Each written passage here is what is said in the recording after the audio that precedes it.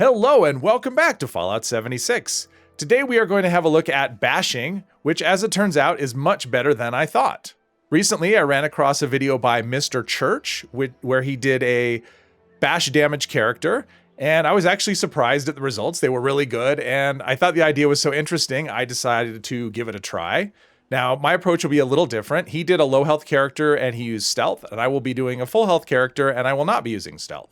Now, bashing damage is partly based on the amount of strength you have, and so if you are doing a low health character with full unyielding and radical, that's an extra 20 points of strength, and so your damage is a lot more. So going full health that's kind of a lot to overcome. There's no way I can match the strength, but I'm going to do the best that I can.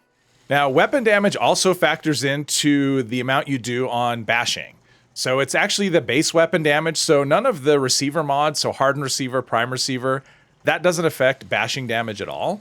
And there's a reason I'm going with something like a hunting rifle rather than something like a Gauss rifle or a black powder, and that is because mods also can affect the amount of damage. So it's not just the base damage you have to worry about. So first of all, we have a weapon that has a second star of 50% more bashing damage. You definitely want that. That's your starting point. As far as primary stars go, it doesn't matter. Everything I tested didn't affect damage at all. I tested anti-armor, instigating, juggernauts. I tested a bunch of things, and none of them affected damage at all. Now, if you do have the option, vampire is a good effect though, because it works well with ricochet, which I do run on this build. Now, I do have a prime receiver. It doesn't affect damage at all, like I said, but it does affect the ammo drops. And I do also have a primed 50 light machine gun on this character, so this is a good way for me to farm Ultrasight 308. But other than that, the receiver doesn't matter. Same with the barrel. In my head, I've got it. If you use a long barrel, you can reach farther. Maybe you can hit your enemies from farther away. I have no idea if that's true. I wouldn't have a clue how to test it, but that's why I have the long barrel. Now, this mod actually does matter. You do want a bruising stock because it is plus 50%. It says melee damage, but that is bash damage in this case. So bruising stock is the one you want. And you also want to use a bayonet. That is plus 100% to the melee damage. Which is one of the reasons why you wouldn't use a Gauss rifle. It doesn't have a bayonet option. And why you wouldn't use a black powder is because it doesn't have a bruising stock option. So I think your best options for bashing damage, if you want to go this way, would be either a hunting rifle or a fixer or a handmade. I think those are probably your top three choices. And I don't think you'll see a lot of difference. I messed around with a fixer a little bit. I didn't really see much of a difference. So the only reason I went with the hunting rifle was basically for the 308 so I could farm it. Other than that, I don't think you'll see a lot of difference between those three rifles. And one last mod that you want is actually the perforating magazine. So this gives 40% armor penetration if you're using it, as a gun, but it actually does make a difference. Perforating magazine does add to your bashing damage. Now, as far as the gear, as far as outfits go, you obviously want to use the shielded Secret Service Under Armor because it gives you plus 4 strength. So that is additional damage. Armor doesn't really matter. I tested out the weighted mods on the arms. It doesn't do anything at all for bashing damage. So I didn't find any armor mods that did anything at all. So your armor can be whatever you want. I do recommend on your chest to use a pneumatic mod though, because that will reduce staggering. So I use this on my melee character. I actually use a pneumatic mod, and it does make a difference, especially on the smaller enemies that only stagger you a little bit. This will reduce that to not that much. Now, as far as mutation goes, Twisted Muscles actually does increase the damage of bashing. I did test that. It is 25%.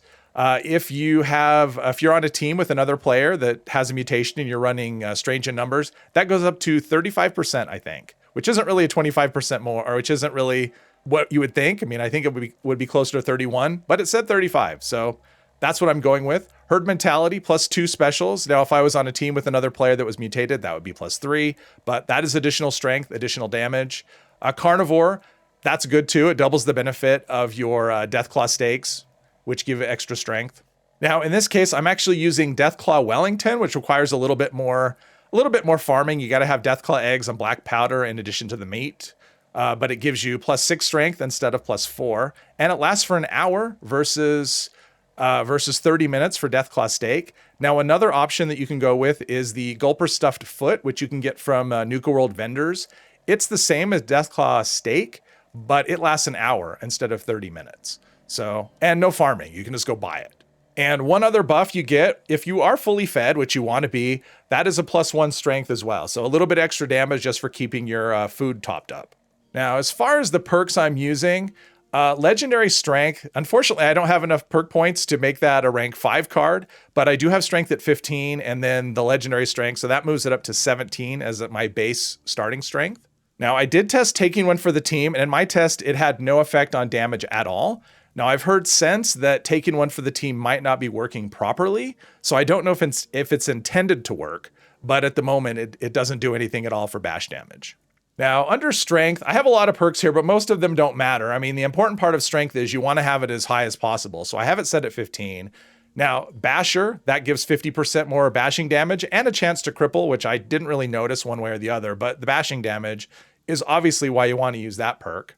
The only other perk in here that probably matters is Blocker, since you will be up close and personal with enemies. Reducing that melee damage is important, but it's obviously not required for the extra damage. Tank Killer. Surprisingly, Tank Killer actually does increase the damage output of bashing damage with rifles, so I'm using Tank Killer. Now, Whiskey gives extra strength, and with Party Boy, that strength is tripled. So with Party Boy, you get whiskey, and Whiskey, you get +6 strength, and it lasts for 3 minutes. So it's a relatively short buff, but Whiskey is actually fairly easy to make. It only takes corn and razor grain, boiled water, and wood, and it ferments extremely fast. So you can accumulate a lot of whiskey in a fairly short amount of time. And because I don't want to have to worry about addictions, I'm using Professional Drinker. I'm also using Psycho Buff because it gives +3 strength. And with Chem Fiend, that lasts up to 6 minutes is the time. And with Chem Resistant, I don't have to worry about addictions. So I can have as much Psycho Buff as I want, as much whiskey as I want. I don't have to worry about addictions. Obviously, it takes a few more perk points, but that's the way I'm running it. And solar powered, so during the hours of 6 a.m. to 6 p.m., I'm getting +3 strength and +3 endurance, but I'm running it for the +3 strength. So during the daytime, I will do more damage. Bloody Mess, it's one of those perks that you would think would do anything, and it doesn't. It doesn't do anything at all as far as bashing damage. Obviously, we want to have starch genes to hold on to those mutations. Now, Ricochet synergizes really nicely. Number one, you'll avoid damage at times and do a little damage on your enemies. But when Ricochet does trigger, it also triggers Tenderizer. So if I'm closing on an enemy and Ricochet triggers, my first shot is actually going to be a little bit stronger because of that. And if I had a vampire weapon, then Ricochet would also work with that as well. Now, things that don't work. So it is the base damage of the weapon, and if you equip like the Rifleman cards, they don't help at all. So damage, weapon-specific damage cards, they have no effect on bash damage. Another thing I tried was Thorn Armor, thinking maybe the bleed damage would trigger from the bashing. I couldn't see any difference at all with Thorn Armor, so it doesn't appear, at least in my testing, it doesn't appear to do anything at all. I also put the character at low health, and just to test if Nerd Rage would work. Nerd Rage doesn't do anything at all. And I also tested Adrenal Reaction. It doesn't do anything at all either. And I was a little surprised by that. I thought maybe that would be an edge. So the main edge, if you go low health, the main edge is going to be with Unyielding Armor and Radicool, which is a massive edge, but that's really all the benefit you're getting. The other perks that you would normally expect to work don't. So at the moment, my strength is at 33, and that is with a food buff with the Deathclaw Wellington, but I haven't used whiskey and I haven't used Psycho Buff. So that's just with the perks, with my Under Armor, Herd Mentality. So that is kind of unbuffed as far as the extra alcohol and chems. Now, normally I don't start off with low level enemies. I kind of ignore them because they go down easy, but let's just see how bashing works.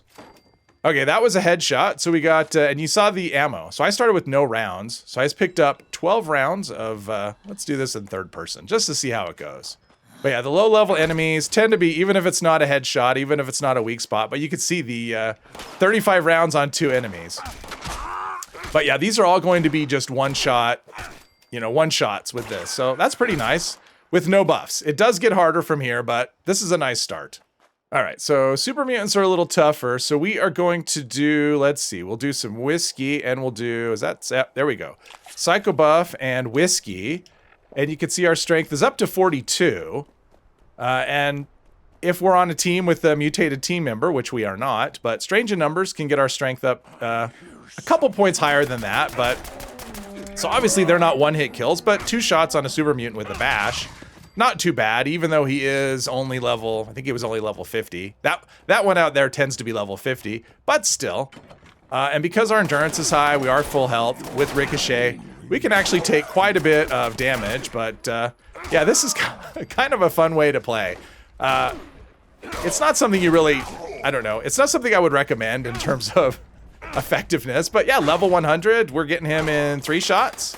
That's not bad. And if you're a low health character, I think Mr. Church was hitting these he was killing everything in 1 to 2 hits. And that was at West Tech, I think, is when he did his run. There's a grenade. Oh, there's a guy. We missed him.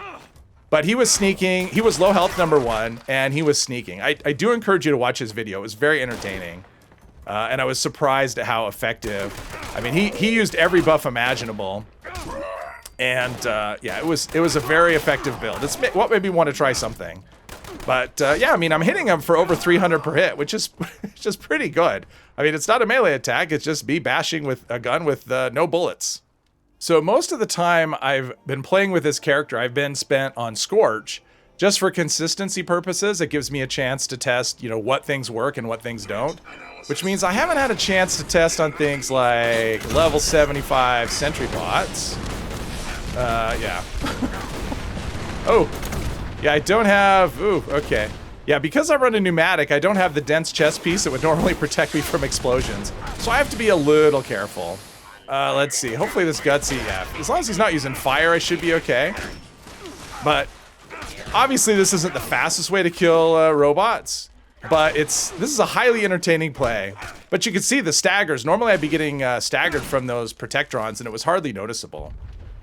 Now this particular section right here strikes me as pretty much a bad idea. I might be able to deal with the Mirelurk Kings. I mean, Mirelurks, if I can hit below the shell anyway. That's the hard part, is getting below the shell. There we go. Mirelurk Kings, they are the ones that might be a problem. I don't think I have much in the way of poison resistance. I don't know, and now is probably a bad time to check. I have a little bit of fire resist, but yeah. What? Now, if you are playing with controller like I am, that bash button, pushing that over and over again, could be a little tiring. So this is not probably something I want to do long term, but something that's kind of fun once in a while. And then when you get that bash damage weapon, you can, instead of saying, oh, it's instant script, it could actually be something kind of useful. But you can see in terms of farming ammo, we started with nothing and we are up to 334 rounds. So yeah, it's actually a fairly decent ammo farm, I guess. Probably using the hunting rifle as a gun is a better option, but I don't know if it's this entertaining. Just running after them, doing the little Civil War stab with my bayonet. The Mirelurk Queen, okay. It's probably a bad idea, but I'm going to give it a go anyway. Yeah, we are going to refresh our Psycho Buff and our Whiskey. Hopefully that'll help. I don't know. I don't think I have any Poison Resist.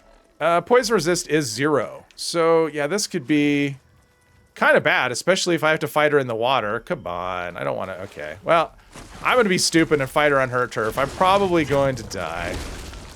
What's the damage? Well, that's actually pretty good damage. That's actually not bad damage. I just have to be a little careful now because I am full health and I have what rads. I don't have to worry about the radiation here, but this is yeah, okay. I'm doing more damage than I thought. Definitely Born Survivor or something, and she's not spraying me with poison, which is kind of weird. Okay, let's do some healing. Come on, I said some healing. Let's see here. Grenades. Oh, she's doing okay. Now we got the little ankle biters that are coming our way. Yeah, actually the damage is when I hit, the damage is not half bad. Fighting her down here makes it kind of hard to see.